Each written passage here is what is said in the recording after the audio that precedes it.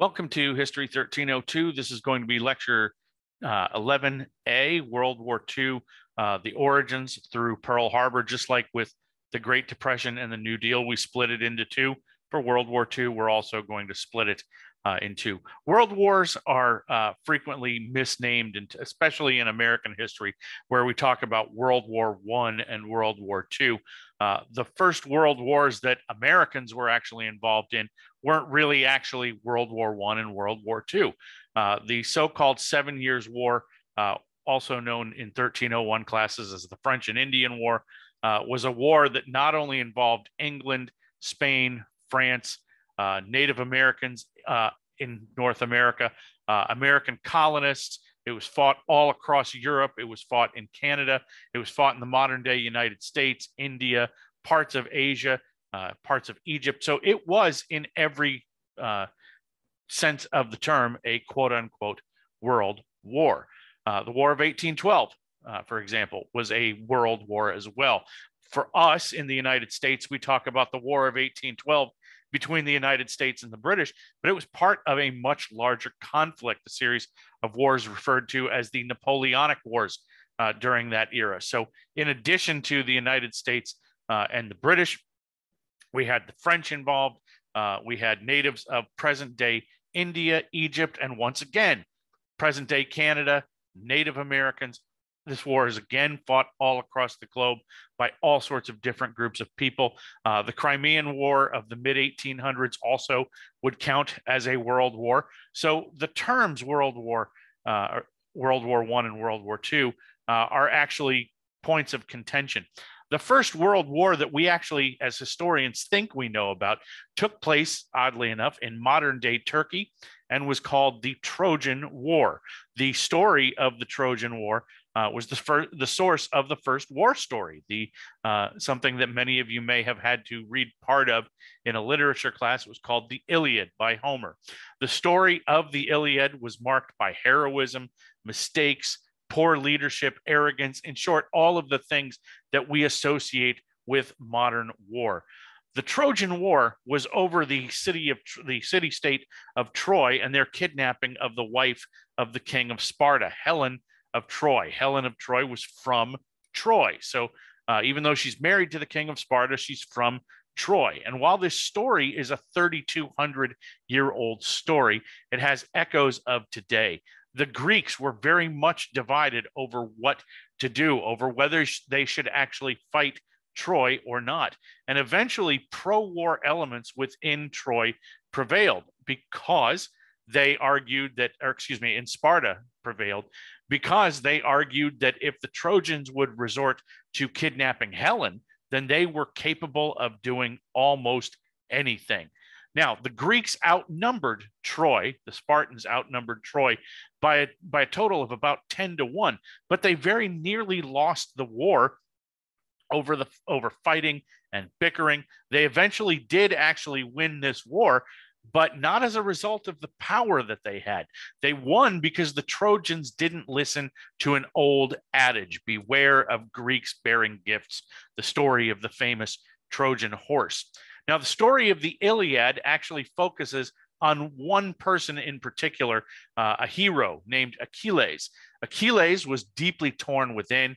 He was filled with emotion. He was meant to be the embodiment of the Greeks of that time. One psychologist referred to Achilles as a, quote, early day schizophrenic. Emotion stopped Achilles from functioning. And then finally, the story of the Iliad is about the destructiveness of war, the high costs of war for seemingly trivial results, leading the people who fought that war to question, was it all worth it? Now, historians, especially American historians, don't teach much about wars. We do a very bad job of teaching about wars, but wars are very much a turning point, often in unexpected ways for us. Americans are exceedingly sentimental about wars, but none more so than World War II. Tom Brokaw and Steven Spielberg have both made millions by writing and making movies and TV shows about World War II. Brokaw wrote several books about the so-called Greatest Generation. Spielberg made the movie Saving Private Ryan, as well as the miniseries Band of Brothers. Both of them were very critical to getting involved in the creation of a monument for World War II. The United States finally did dedicate that monument to World War II, but they did it very well after the fact. And as a proof of over-sentimentalization of the war, World War II, it's often referred to as, quote unquote, the good war, as if there's something different about World War II, that all the other wars were somehow bad, that there was some sort of cynical guidepost to all of that. But World War II is different. This one was the good one. And if you add to that all of these things, that literally thousands of World War II veterans are dying each week, it's easy to see why people romanticize it. We're getting to a point where people who were alive and fought in World War II are going to become they're going to become extinct. We're not going to know anybody who actually fought in World War II. So World War II occupies this place in the American psyche. But I would also like to suggest to you a few other things about World War II. World War II is important. We're not going to talk from a standpoint of World War II being unimportant. World War II is critical, but it's critical for the following reasons. World War II was pivotal in ending segregation. World War II exposed prejudices in the United States social order that peacetime never did. So many have argued it was a sort of kickstart to the Civil War. It was the Civil Rights Movement, not the Civil War. World War II, not the New Deal, ended the Great Depression and ended Great Depression era unemployment virtually overnight. And it started a boom in the United States economy that lasted into the 1960s and catapulted the United States into the premier economic position in the world. World War II also marked the beginning of the Cold War between World War II allies, who by the end of this war are going to be fighting each other in a battle over post-war control of the world. And then finally, the greatest significance of World War II for many is the Holocaust.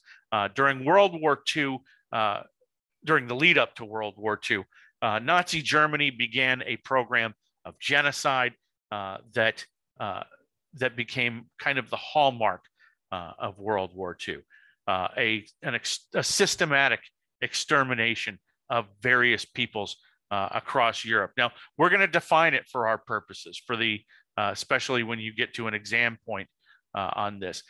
We're going to define the Holocaust as the systematic state-sponsored annihilation of Jews, Romani, Slavs, Afro-Germans, and homosexuals and various other groups of people between 1933 and 1945. We have a tendency in this country to just kind of narrowly view the Holocaust through the lens of the Jewish experience, and that's a reasonable position. At minimum, 6 million Jews were murdered during this Holocaust.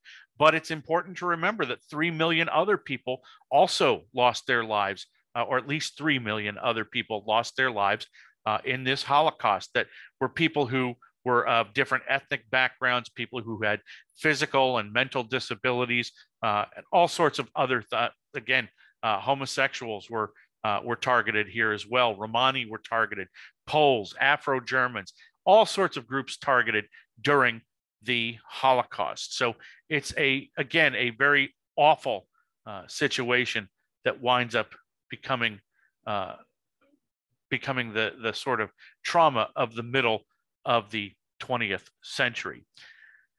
Now, Nazi is going to be short for the National Socialist Workers' Party. The National Socialist Workers' Party, or Nazi Party, is going to be the party that leads into all of this stuff, that leads into the so-called Holocaust, that creates the crises of World War II. In 1919, a bunch of German radicals founded the Nazi Party. Adolf Hitler did not actually become was not one of the founders. He did not join the Nazi Party until after its founding, but he did ascend to its leadership in 1921. Under his leadership, the Nazis became a growing political force. In 1933, Adolf Hitler became the Chancellor or Prime Minister of Germany, largely on the back of the Nazis' opposition to the political order during the Great Depression. And ultimately, Hitler became a totalitarian regime leader, ending democracy, restraining basic rights, including things like freedom of speech, freedom of press, freedom of assembly, and on and on. In doing so, Hitler and the Nazi Party gained control over all aspects of German life. They wound up controlling education, civil service. They controlled the judiciary within Germany. They even had a stranglehold over religion. This was in every way a totalitarian regime. Even children's lives were shaped by groups like the Hitler Youth, which engaged in indoctrination at an early age. But none of this stuff explains genocide. Genocide is the hallmark of the Nazi regime, and none of this other stuff explains genocide. So why genocide? How does this wind up becoming a part of the Nazi regime? One of the things that is clear in trying to understand Adolf Hitler, in reading about Adolf Hitler and studying Adolf Hitler, is that Adolf Hitler always asserted that his values were the same as everyone else's values, that Hitler was not creating new ideas. He wasn't doing something new. The only difference between Hitler and everyone else was that he acted upon these ideas, that he put in place ideas that would, or things that would carry out these ideas. Nazi ideology was based on 4 basic pillars. So we're going to look at these pillars, and we're going to look at them from the standpoint not only of what the pillars actually are, but are they new? Are they things that Adolf Hitler is coming up with on his own, or is he doing something that is taking the same ideas everybody else has had and just putting them into practice? So the first pillar of Nazi ideology was this idea of a Darwinian view of the world. Now, a Darwinian view of the world is very simple. It comes from Charles Darwin's Origin of Species. It's about applying it to every other aspect of life. A Darwinian view of the world holds that all life represents a struggle for survival, and only the most fit survive. So you can apply that to all sorts of different things. You can apply it in sports, you can apply it in economics, you can apply it in social groups, you can apply it politically, geopolitically, all over the place. And Adolf Hitler and the Nazis took this idea of a Darwinian view and applied it to the entirety of German society. For the Nazis and for Adolf Hitler, the most fit for survival were a group that he identified as the Aryans. So the struggle for survival represented a struggle between Aryans, the most fit, and everyone else. Now, if you think back all the way to the era where we talked about American imperialism, one of the things that guided American imperialist ideas in the end of the 19th century was this Darwinian view of the world. The United States was doing the same thing, except the United States was applying it to geopolitics, that the United States was the most fit nation and we needed to stay the most fit nation in order to survive. So we needed to take certain steps to do all of that. Okay, so there's, again, nothing new here. There's not even something new in terms of applying this and trying to carry it out. Okay, so if you want to put it this way, if you want to say it this way, Hitler is, I guess, correct in saying that there's nothing new and he's not doing something that anybody else or other people haven't talked about during this same period. The second pillar of Nazi ideology is the idea of extreme nationalism.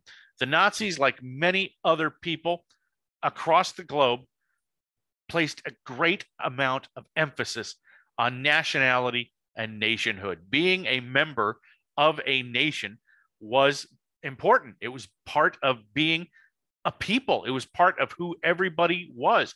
Being German was the most important aspect of German people's life, according to Nazi ideology. Didn't matter if you were a Lutheran or a Catholic or, quote, Jewish or anything else. It was German first, even as, you know, as contradictory as some of this sounds. During the Holocaust, lots of German Jews believed that they would be saved because of their adherence to German nationalism. Okay, that they believed that being German was the most important part of their identity. Nationalism was a creation of the 18th and 19th century, but it really grew strong in the 20th century and became most intense after World War I in a lot of countries, including the United States, to demonstrate the nationalism of that country. National anthems became popular. Pledges of allegiance became popular.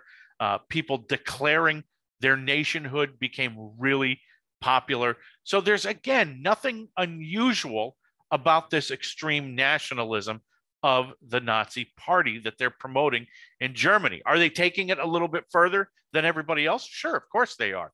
But again, there's nothing new, nothing that's being created where they can say, well, nobody's ever done that before.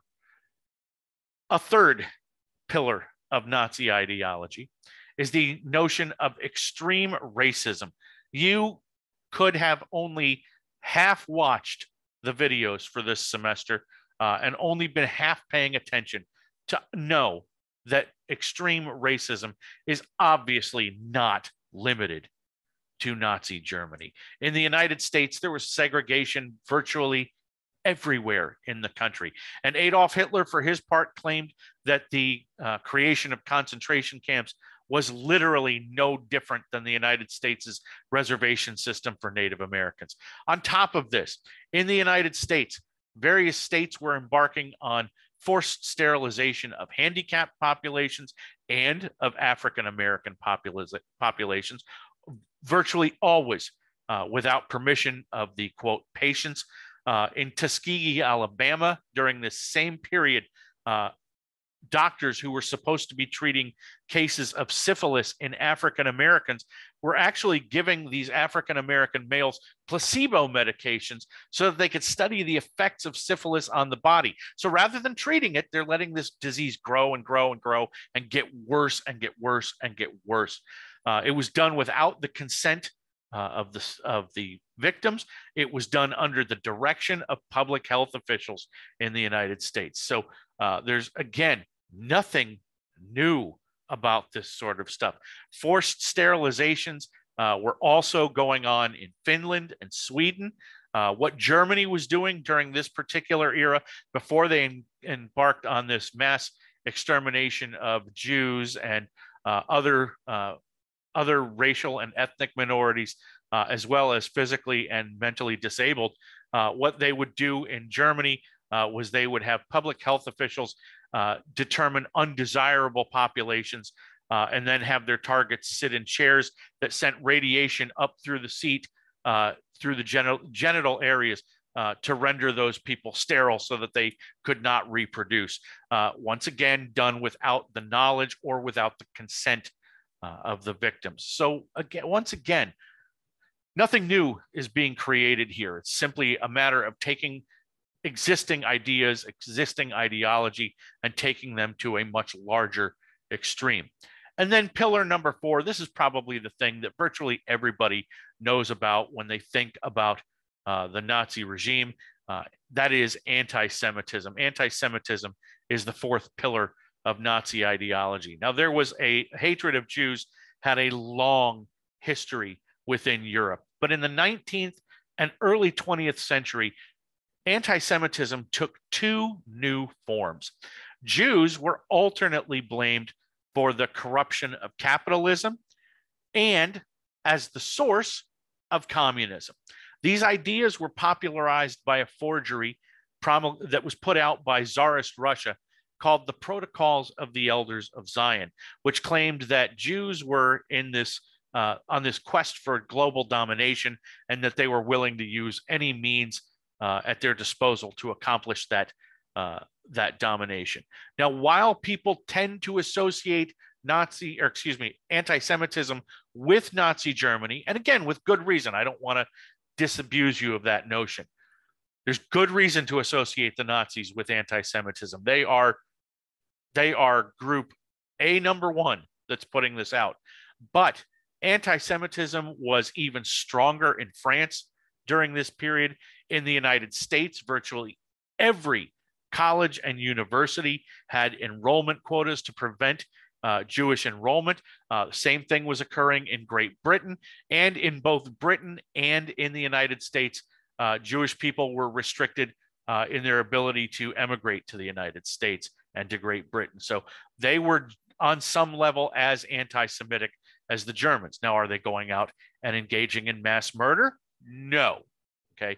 But again, the idea of anti-Semitism is not created by the Nazis. It's simply being taken to this radical extreme. So the Nazis in total, if we look at the four pillars here, they're not creating new beliefs. They're taking ideas that were widespread and taking them to, as Adolf Hitler often said, taking them to their logical conclusion. They believed that they were the superior race, and as the superior race, it was their duty to suppress the inferior races. And the inferior races, as they saw it, contaminated the German blood. Now, Jews made up only 1% of Germany's population, but Germans who supported the Nazis were absolutely convinced that their society was being contaminated, as they put it, by Jews. Now, how did Nazi Germany carry this out? They started very slowly. They didn't just jump right to this massive extermination program. After the Nazis came to power, they began a program of euthanasia against their physically disabled population. They used things like lethal injections and poison gas to carry this out. And after it had gone on for about a year or so, there was an outcry. There was a public outcry about what the Nazis were doing. And it was led primarily by the Catholic Church and probably most vehemently by the Pope, Pius XII, who confronted Adolf Hitler about this. Now, after this confrontation, after the Pope actually confronted Hitler about this, the Nazis stopped. They stopped this euthanasia campaign. Now, this led to a belief among many people within Europe that when confronted, the Nazis would stop various things. And in other instances, when Adolf Hitler and the Nazis were confronted, they backed down. They would back down. However, this began to change when Germany invaded the Soviet Union, for example, in the early days of World War II, when the Germans and the Soviet Union kind of fell out as allies. The Nazis initiated a new program. They created what were called mobile killing squads to go throughout Eastern Europe and kill Jews. One of the things that they discovered in trying to do all of this, though, was that this was very inefficient. To have Nazi soldiers going through the countryside, identifying Jews and killing them was becoming expensive, and it was simply too inefficient. So what they concluded was the Nazi high command concluded there needed to be a much more efficient way to do this, and they came up with it. In 1942, at a conference called the Wannsee Conference, the Nazi hierarchy created this more efficient method. They set up so-called death camps with gas chambers that would be filled with Zyklon B gas. Now, the way the camps operated was very simple. The people who were rounded up, people of Jewish descent, would be rounded up. People who were Jewish by quote unquote ethnic origin, by virtue of religious backgrounds, by marriages. People who were, again, among all of those other groups that I mentioned, Romani, Poles, Slavic peoples, physically and mentally disabled. All of these different groups would be rounded up and they would be sent to camps. There would be two lines at these camps. One would be a line that would be headed into a slave labor camp. So those who were considered to be quote unquote fit for labor would be sent into the slave labor camp. The remainder would be sent into the death camp, where they would be put to death in gas chambers. Now, on top of all of this, Germany also concluded that they could count on complicity from a number of non-German peoples. In many societies, what the Nazis found was that locals were perfectly happy to participate in what was going on. In both Holland and in France, large numbers of Jews died because of the complicity of locals. Now, a lot of people would wonder in retrospect, why didn't a lot of these people come to the United States? Why didn't a lot of German Jews flee the United States? I mean, even though the United States was quote unquote anti-Semitic, and I'm not going to back away from what I just told you a couple of minutes ago, even though the US is anti-Semitic on some level, no one's actually going out and killing large numbers of Jewish people in the United States. But the answer is very simple for why Americans were not coming, or excuse me, German Jews were not coming to the United States. The United States had enacted immigration restrictions, which we talked about. They enacted these restrictions in 1924, which meant that large numbers of Eastern European Jews were ineligible to come to the United States because of the restrictions in this country. So the short answer to all of this is they simply. So since they couldn't come to the United States, they're kind of stuck. They're trapped. Now, the big question for policymakers, the big question for critics of foreign policy was, what did the world know and when did they know it? By 1942, there is no question that both the highest levels of American intelligence and British intelligence were well aware of what was going on in terms of the death camps, the attempts at extermination. There's no question that the Vatican was well aware of this. In fact, many people argued that the Catholic Church was as culpable in all of this, because while the Catholic Church pushed back on that program of liquidating disabled populations, they did not push back on the liquidation of Jewish populations. Again, in addition to the Romani, Slavs, and all these other groups of people. So the Catholic Church took a ton of criticism over all of this stuff. There is also clear evidence that that both American and British intelligence had broken codes. They had eyewitness accounts of the death camps and the slave labor camps. None of this is supposition. This is all absolutely known. The records are in the State Department archives in College Park, Maryland. If you're so inclined to go look some of this stuff up someday, all you need to do is go in, present some ID, get a reader pass, and you can go look at all of this stuff yourself. So there's no debate about this. It's all very well known.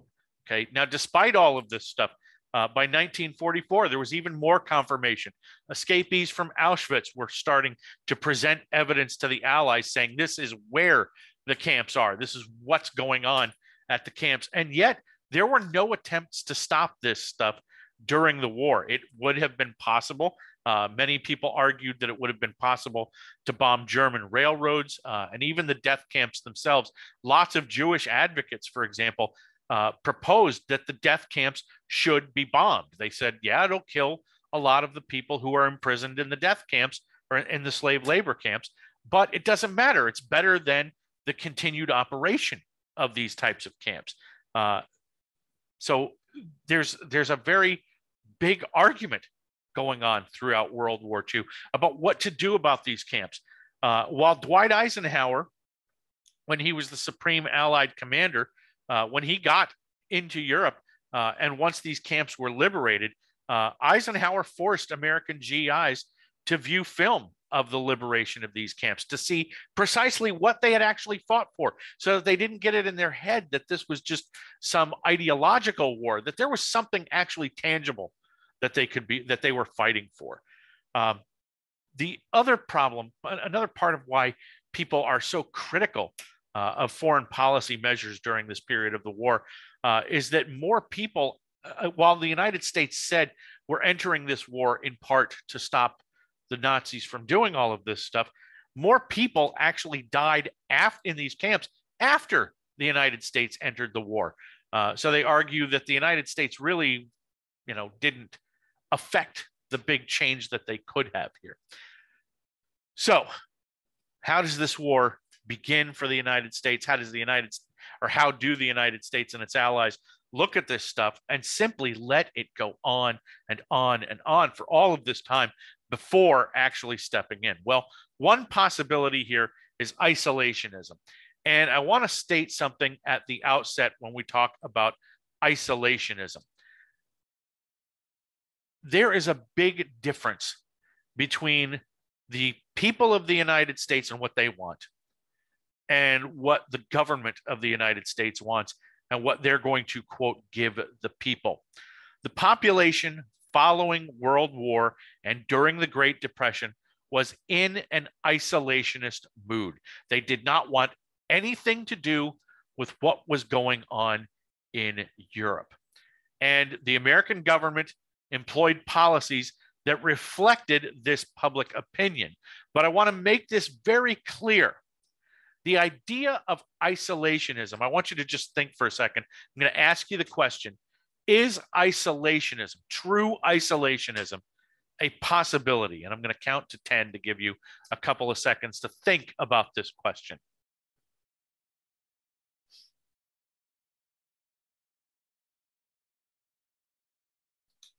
Okay, so is isolation actually possible?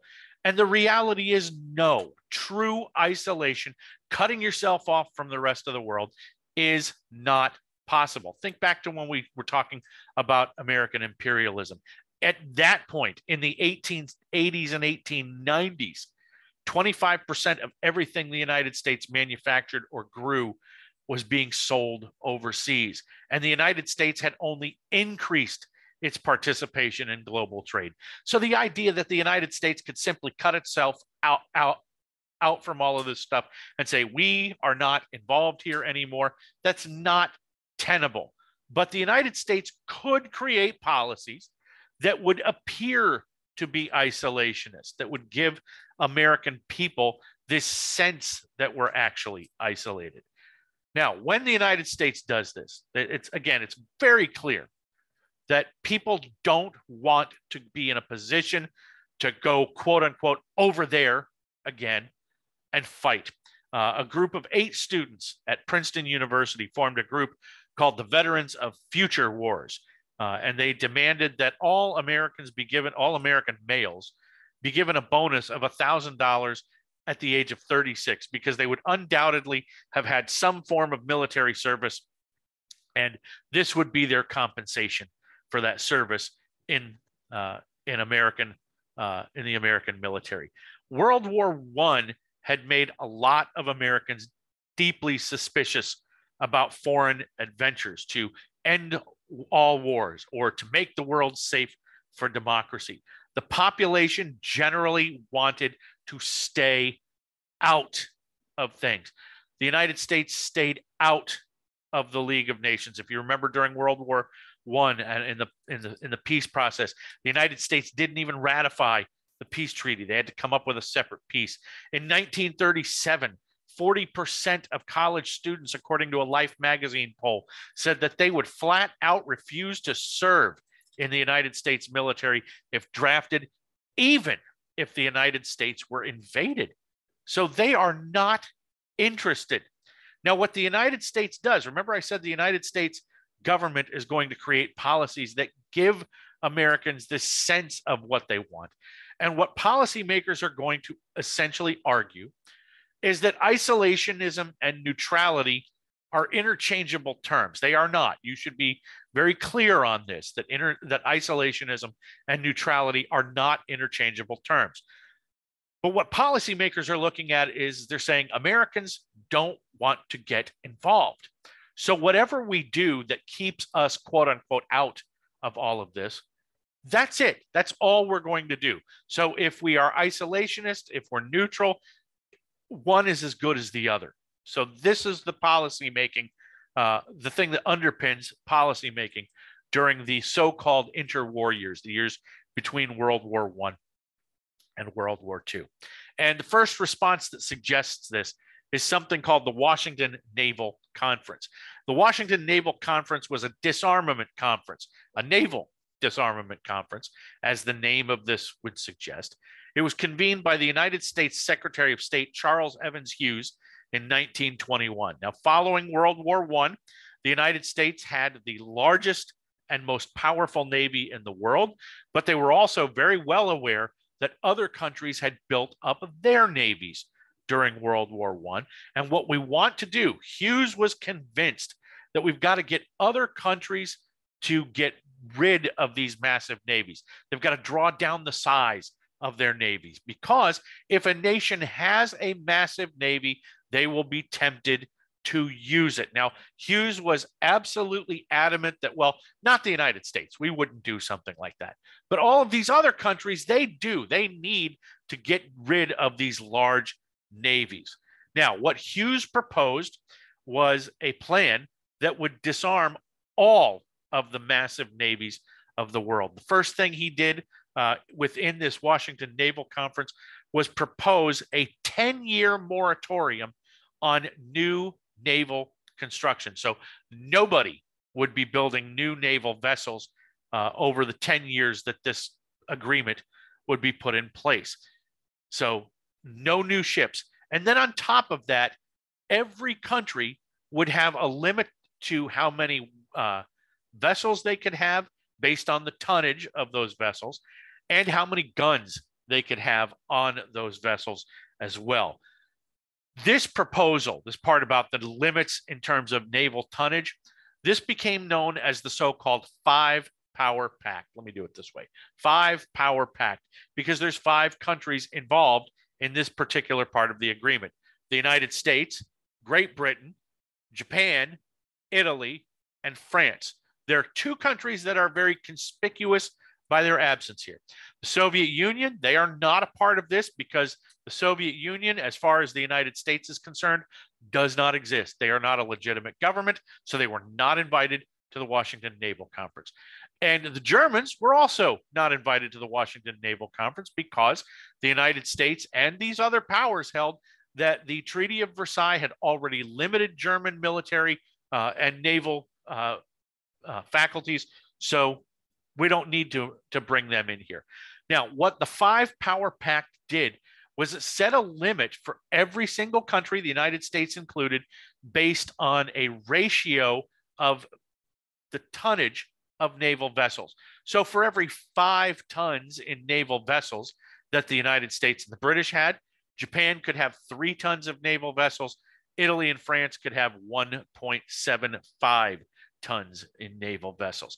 Now, this is a really kind of ingenious proposal for the United States by the United States Secretary of State. Everybody agrees. All of these countries that are at the conference agree to it. Some not so willingly. Japan, for example, wants to know why they only get 3 while the United States and the British get 5, but ultimately they agree to it. They all agreed to the 10-year moratorium, and everybody seemed to go along happy. So this conference is in place for 10 years until 1931. Now, the goal here, remember, is to keep the United States out of wars. Now, for the pro-neutrality people, they looked at this and they said, well, this isn't really neutral, but it is isolationist. It's isolationist-ish, sort of, but it's kind of neutral. I mean, everybody in this agreement had to disarm to some level. Even the United States wound up having to decommission some of their vessels. They had to disarm to an extent. So to meet the limitations, we all had to do this. So it's neutral, quote unquote. But then other people, the critics of this policy, looked at it and said, it's not really neutral. People who were critics of Hughes and what the United States was doing pointed to this limit on naval vessels, these tonnage limits, and said, well, it's not neutral because in disarming all of this, the U.S. may have disarmed, but they got everybody else to disarm and agree to a circumstance where the United States and their biggest ally, Great Britain, have the most naval vessels. By design, it gives the United States and their biggest ally naval superiority. That's not, quote unquote, neutrality. So many critics argued that this will not really lead to the type of isolationism that, quote unquote, we want. And it's worth pointing out here that in 1931, when this came up for renewal, Japan flat out refused to participate and recertify the conference which became known at that point as the London Naval Conference, because they met in London to talk about extension of this. But Japan said, we're out, we're not participating here. Now, the next symbol of this neutrality or this isolationism is something called the Kellogg-Briand Pact. The French foreign minister, a guy named Aristide Briand, he's the guy in the picture at the far left. Aristide Briand wanted a mutual defense alliance with the United States. The French were terrified because the Germans appeared to be going into an area called the Saar Basin, which violated the Treaty of Versailles. The reason the Saar Basin was so important was because of coal deposits. France was afraid of an attack, so they came to the United States and said, we want an alliance with the United States. And Briand begged the U.S. Secretary of State, a guy named Frank Kellogg, to create this alliance. Now, Frank Kellogg was not dumb. Frank Kellogg is the guy on the far right. And Kellogg knew that if he created a treaty with the French that said, we will come to their defense, there was no way the Senate would ratify that treaty. So he came up with an alternate idea. He and Briand would sign a joint statement that said that they were outlawing offensive war or aggressive war as a tool of foreign policy. Essentially, we're not going to use war to carry out our foreign policy objectives. We are going to outlaw war. Now, some of you might be thinking, well, that's a little bit naive, isn't it? But think about how broadly, what kind of broad support they got. 62 nations, including Japan and Germany, signed this agreement. Instead of saying we're going to come to each other's aid, what they said was, we're going to get everybody to agree that we're all jointly going to say, we will not use war as a tool of foreign policy. So this did two things. First of all, I want to kind of spoil the sort of surprise or fear or whatever here. The Kellogg-Briand Pact really didn't have an enforcement mechanism. There was no way to say, hey, you can't do that. No real way to do that. But its real importance, its real legacy lie in the idea of outlawing aggressive war. Once Germany went under the Nazis and once Imperial Japan pursued aggression in the post-World War II era, they opened themselves up to prosecution for all sorts of civil rights crimes, of human rights crimes and violations, and in fact, violation of the Kellogg-Briand Pact. So while there is no fight toward reparations like there was in the post-World War I era, there are a number of trials in international courts to punish the Germans and Japan for what they did during World War II. So this is the great legacy of the Kellogg-Briand Pact. But here, once again, we've got a sort of false neutrality or false isolationism. I mean, theoretically, if 62 nations are coming together and saying we're all going to outlaw war, yeah, theoretically that's neutral. But when you sign an agreement with 61 other countries, that's not isolationism. It's the exact opposite of isolationism. So once again, critics of this particular policy said, this is the exact opposite of isolationism. You haven't done what we wanted. Now, hundreds of thousands of people in this country were angry and wanting to make sure that World War I and how it played out never, ever happened again. And Congress actually responded to all of this stuff. Congress responded with a series of neutrality acts. Between 1935 and 1937, Congress passed a series of acts called the Neutrality Acts. The Neutrality Acts of 1935, 36, and 1937 to quote unquote ensure that the United States never goes to war again. Now, in 1934, Congress also created something called the Nye Commission. It was named after a New York senator who led this commission, a guy named Gerald Nye. The Nye Commission is going to be established for the purpose of investigating why did the United States get involved in World War I in the first place? Now think about this. World War I began in 1914. It is now 1934. It is 20 years after the fact, and Americans are still shaking their head going, why did this happen? So they want answers, and the Nye Commission is going to give it to them. And what the Nye Commission ultimately concluded was that the single biggest reason for American involvement in World War I, they said, get rid of these ideas of the war to end all wars, forget about making the world safe for democracy. The issue was, as Nye put it, quote, the merchants of death. And Nye identified the merchants of death as arms manufacturers who made profits and engaged in kickbacks for contracts with various countries. And then the other quote unquote merchant of death were bankers in the United States. Banks like National City, which was under the direction of J.P. Morgan.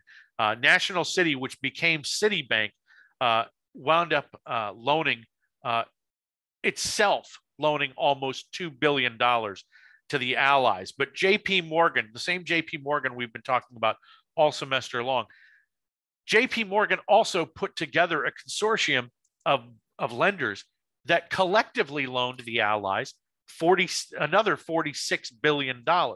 So given this massive amount of money loaned to the Allies, clearly the United States had a stake in what was going on. Even while the United States is proclaiming, hey, we're not a part of this, we're not in the fight, the United States was in the fight because they're invested in what's going on. So the mood of Americans was, we're not going to take this. We want action. And the Nye Commission gave them action. They gave them a series of neutrality acts to, again, ensure that the United States never goes to war. So in 1935, we've got an arms embargo on all belligerents. Basically, any country that's involved in a war, you cannot buy weapons from the United States. We are staying out of all of this stuff. It also, the Neutrality Act of 1935 also stated that Americans will travel or can travel into war zones, but they do so at their own risk. Don't come looking to the United States for answers if you have family that winds up going on a ship that sails into a war zone and gets blown up like the Lusitania did, for example.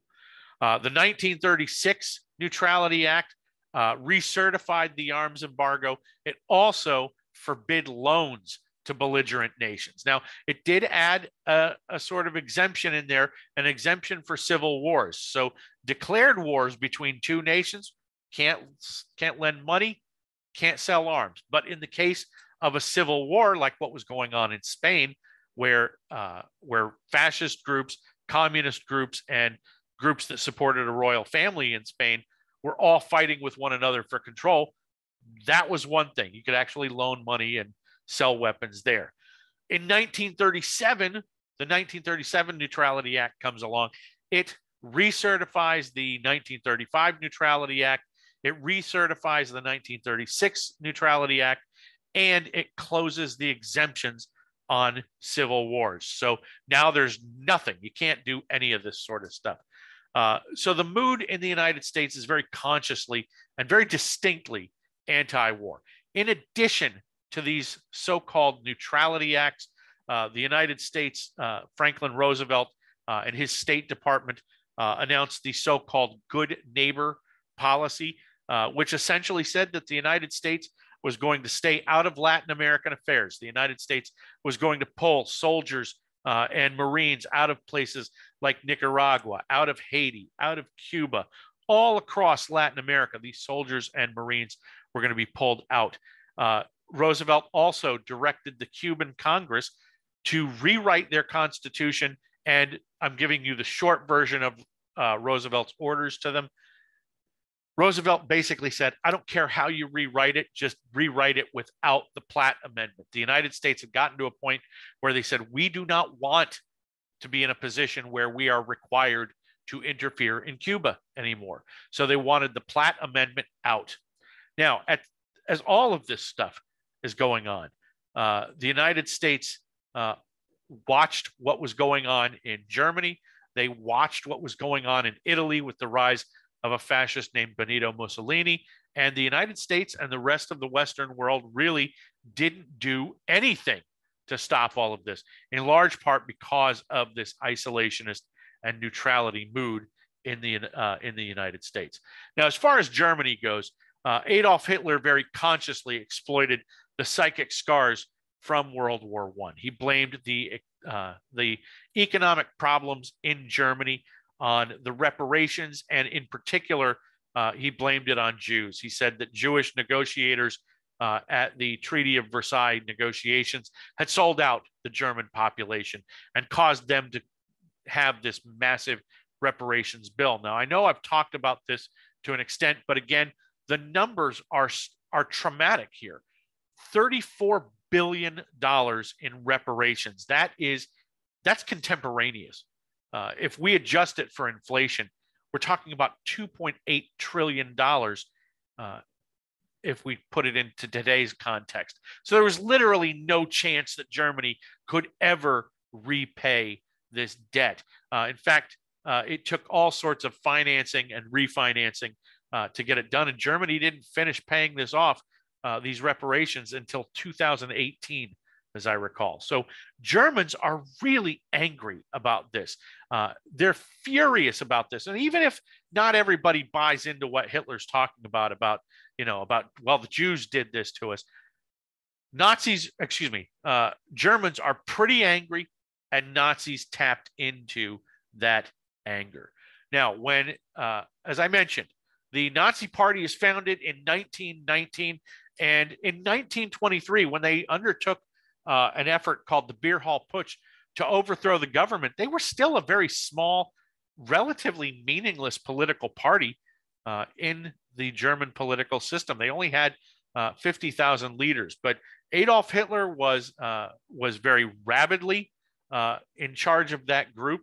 He was very much a radical of the era, and he saw that there was no other way to get out of this treaty. There was no other way to fix the problems in Germany than to overthrow the present government. And that's what the Beer Hall Putsch was all about. It was about invading speeches that were being held by leaders of the German government, surrounding them and forcing them essentially at gunpoint to surrender control of the government.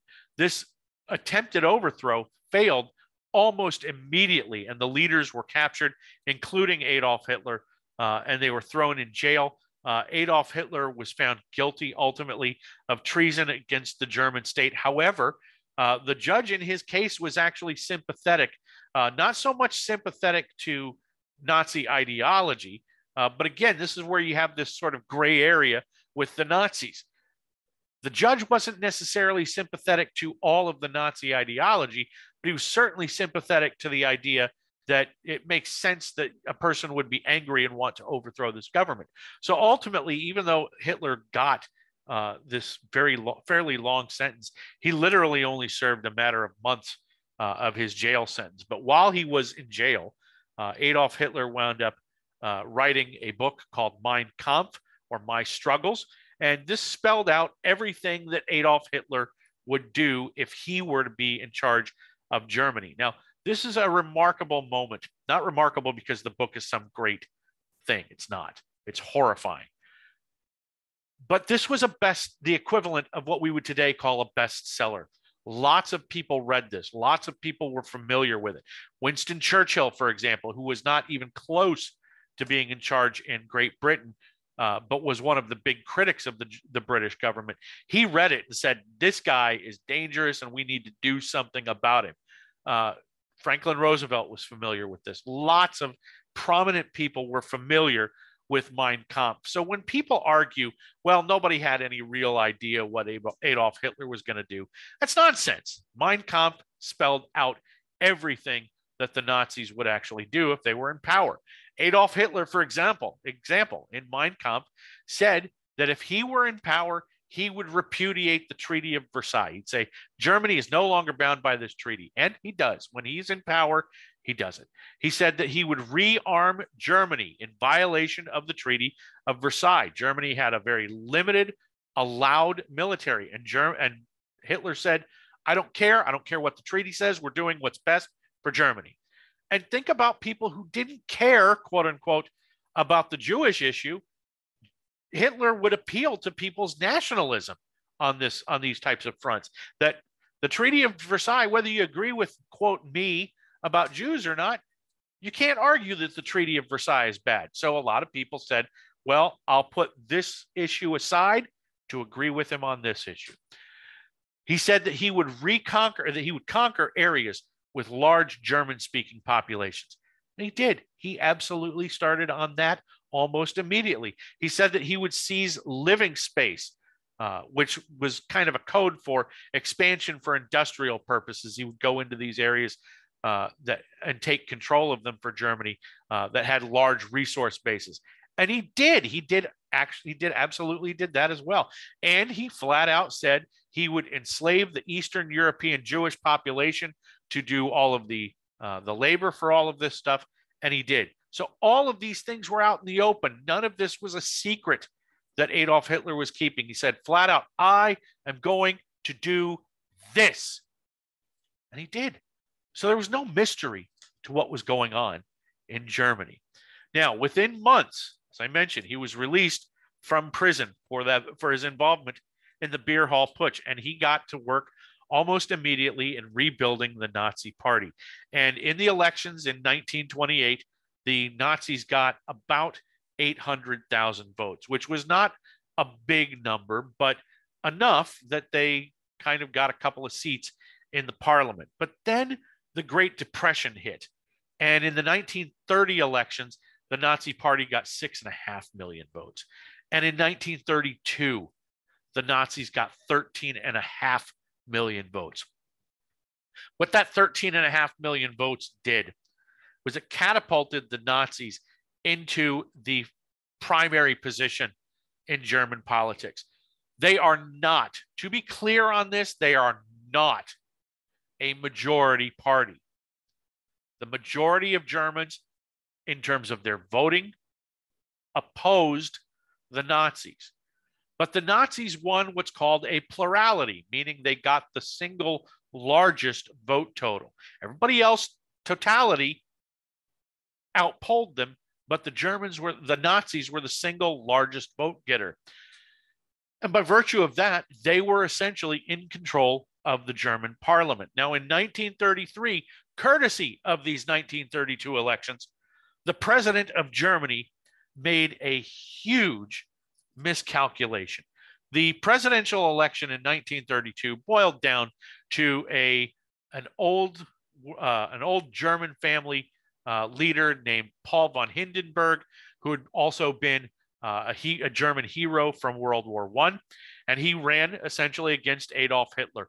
Hitler came in second in the presidential election, but because of his strong showing and because of the showing that the Nazi Party got in the parliamentary elections, Hindenburg believed that he could take Adolf Hitler, he could take some of that populism that Hitler had, and he could mold it and use it to his own purposes. So he believed that he could be essentially the guy pulling the strings behind what Adolf Hitler would do. So in 1933, Paul von Hindenburg named Adolf Hitler the Chancellor of Germany. Now, this, as I mentioned, turned out to be a catastrophic miscalculation because Hindenburg was in no position to control Adolf Hitler. And once Hitler became Chancellor of Germany, very quickly moved to establish and consolidate control. As Chancellor, Adolf Hitler outlawed labor unions across Germany. He imposed censorship across Germany as part of his emergency powers that the German parliament granted him. He proclaimed that all political parties except the Nazi Party were illegal. He also established the Nazi secret police, a group called the Gestapo, as the secret police of the state in Germany. He required children to join groups like the Hitler Youth. So in doing all of this stuff and taking control in Germany, Adolf Hitler winds up establishing a true totalitarian regime. In 1935, the Nazis banned marriages between German Christians and German Jews. They later banned all Jews from civil service and professional positions, meaning white collar type jobs. They were restricted from those. Jews were restricted from property ownership. So if they had property, in a lot of cases, they were forced to give up that property. It was absolutely clear that German Jews were prohibited from buying more property. And then on November 1st, 1939, which is generally considered to be the start of the so-called Holocaust, Nazis attacked Jewish homes and stores, synagogues all across the nation on what was called Kristallnacht, or Night of Broken Glass. In this attack on German Jewish settlements, on their property, on their homes, their businesses, their places of worship, 20,000 Jews were rounded up and sent to either concentration or death camps. Now, all the while, as all of this is going on, the West did nothing. The West didn't step in on all of this. Under the Treaty of Versailles, the Germans had been prevented from rearming themselves. There were weapons inspectors. There were people who were negotiating and going through Germany to try to see what was going on. And Hitler was able to kind of misdirect them so that they could not report finding anything as the worst of this was going on. So this is where we stop for part A. We'll resume part B in the next set of lectures. Come back for that.